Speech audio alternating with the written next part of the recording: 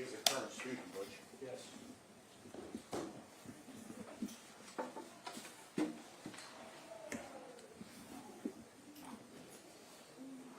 Excuse me, drags. Hard. Start the injury updates. Oh, we'll give him a second.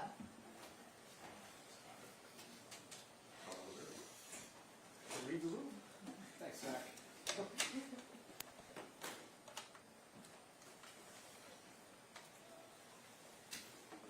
Okay, go ahead. Can we start with a post-bye week injury update? It looks like Sheldon and Sam weren't out there. Yeah, Sam was personal for today. Sheldon has a viral illness right now. We'll keep working through that. But other than that, I'll hit the other injuries as we get to Wednesday and see where guys stand then. Do you expect Orlando Brown to be able to practice? We'll see. We'll just get to Wednesday and we'll see where everybody's at. I guess trying to get right for that ping pong tables. Yeah, just creating energy in the locker room. You know, it's December football now, and need everyone to be at their best. Need everyone to have energy when they walk in the building. That creates some competitiveness. That's about all there is to it. When did y'all make that decision that that was going to be a thing? It's something I talked about for a couple weeks now. What was the reaction like when they were coming back, the players? I wouldn't say it was much of a reaction. They're free to go. There's still a bunch of guys in there right now. Is that Exactly. meaningful? Yeah, I think it is. I just want guys to interact and you know, so that's one way to do it. I'm not overthinking it too much, but it is a way to create some energy and get guys up and active. What is your message to the team as everybody got a chance to get away and get back with these next couple of What a games? great opportunity for us. I mean, at home against Pittsburgh in a divisional game, no better way to get our season back on track right now than to have our best week. You know, and so, you know, I thought the energy was tremendous when we played the Raiders here recently from the crowd. I expect the same when we're playing Pittsburgh. Players will certainly match that energy as well, and so just phenomenal opportunity. This is December football. This is where it means something. Regardless of what our record is right now, you need to play your best football in December, and now more than ever, we're going to need that from our guys, and they understand that, they subscribe to it, and we just keep moving forward from here. Is that a mindset thing with the December football, or is, I mean, because the weather turns, it's a little bit different kind of approach that way as well? You get a little bit more of that, but again, just every season we've ever had, you got to play your best. If you want to do all your postseason aspirations and hit the ground running, if you make the postseason, you got to be playing your best football in December. And whether our record is 4-7 or something significantly better, we're going to need everybody to be at their best right now. When you look at the defense, kind of how it's fared, what's kind of the biggest thing that jumped out when y'all sub-scouted during the bye? I think, you know, you look at the second half of the game last week, that's how we want to play football, getting stops, ton of energy, a lot of different guys making plays over the course of the half there. And so we just got to keep that momentum going and capitalize on that and minimize the explosives, certainly. I think that's pretty key if you look at the first half in that game. And so continue to play good football and, again, just minimize those explosive plays. How much of trying to find the right blend of who should be playing in spots in that secondary has maybe played a role into why it hasn't been as consistent as y'all? That's part of it. I think a lot of teams go through that, you know, due to injuries or whatever it is. You hit this point of the year, and it's always guys that are maybe more in a reserve role at one point in the season that are having to step up. And so that's certainly no excuse for anything that's happened in our season so far, because we're one of 32 teams that's got to deal with that kind of stuff. Having that week off to sit back and evaluate everything throughout the first 11 weeks, I believe you had said that, you know, you guys will go through every position and look at everything. Is there anything that you noticed through your self-scouting?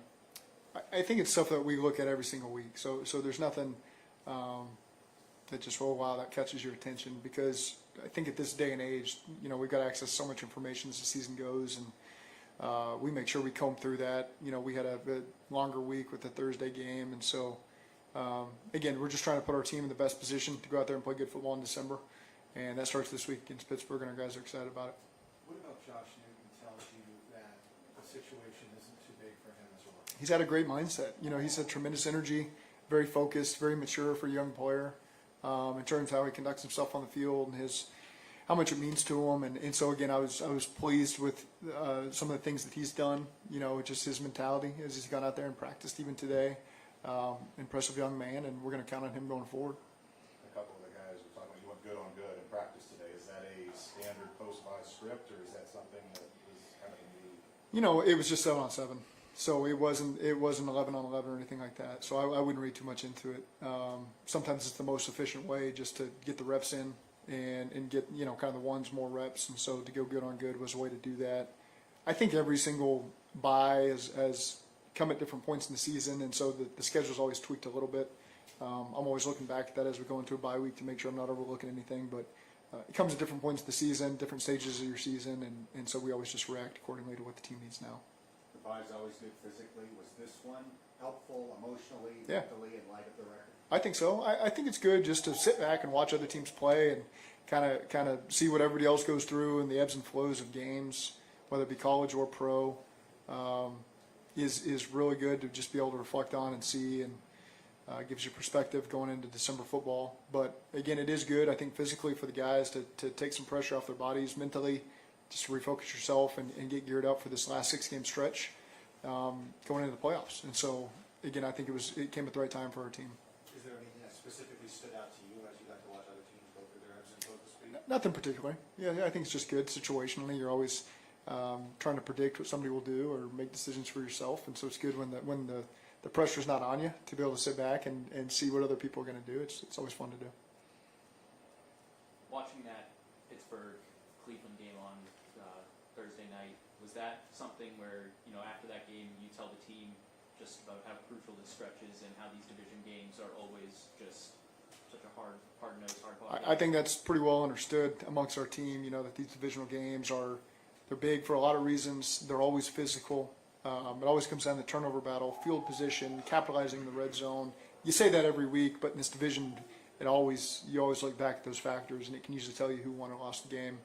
It was a good football game Thursday night. You know, and of course we've watched the tape in depth now because that's one of our next opponents, and some of it's hard to see. You know, you watch the end zone tape at the end of that game, and it's fun football to watch. I think it's fun for people to watch, and you know, you never know. You get caught in one of those games. We had one in Buffalo that wasn't quite as bad as what they had to deal with the other day, but you never know, man. In the AFC North, anything can happen, and you got to be ready for all types of weather. Did you do anything different this bye than previous byes?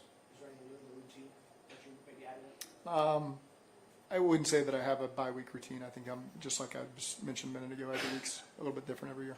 With Evan, you've maintained your confidence in his ability throughout his struggles. Do you Yeah. watch closer in practice this week to help make? I mean, to watch closer, you watch every week, you know, and I stay in the same spot. We all do, and it's something he'll continue to work through. I got a ton of confidence in Evan, and so excited to watch him move forward. Zach, Evan was saying after, I'm sorry, Go ahead.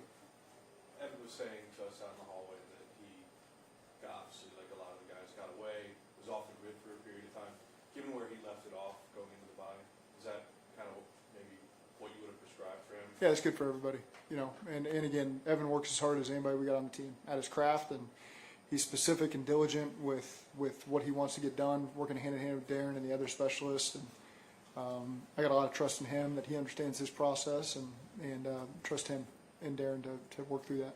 Josh Newton said that Trey Hendrickson is probably the person he's learned the most from by just watching the way he cares about his business. What's unique about Trey's off the field, the way he gets himself to be at the level that he's at? He's got a routine in place that he does not deviate from. I think everybody can see it. He doesn't make a big deal about it. It's just what he does. You always know when to find him and where. You know, throughout the entire year, all 12 months, really, to be honest with you. And so again, he does it the right way. So it's not shocking when Trey goes out and performs like he does, because he's got a routine that works for him, and it helps get him to where he's at.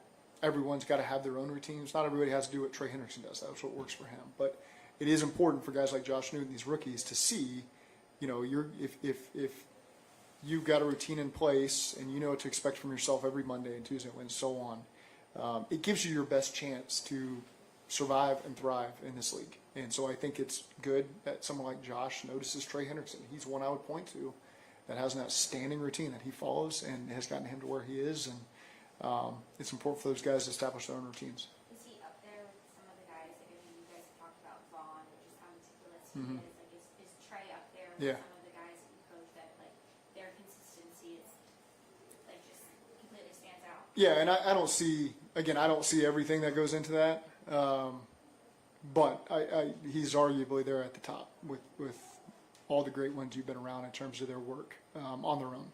Because everybody's in the meeting, everybody's at practice doing that kind of stuff, but the work that Trey puts in on his own time,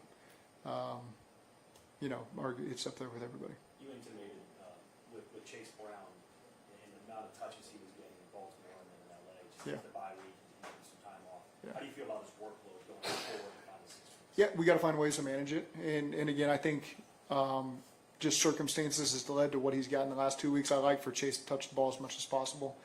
He's got the potential to be explosive in every single play. At the same time, you do need another back in there to help manage that workload.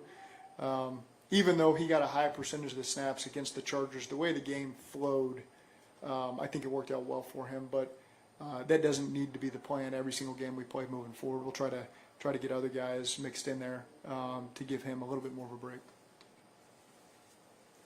Okay, thank you.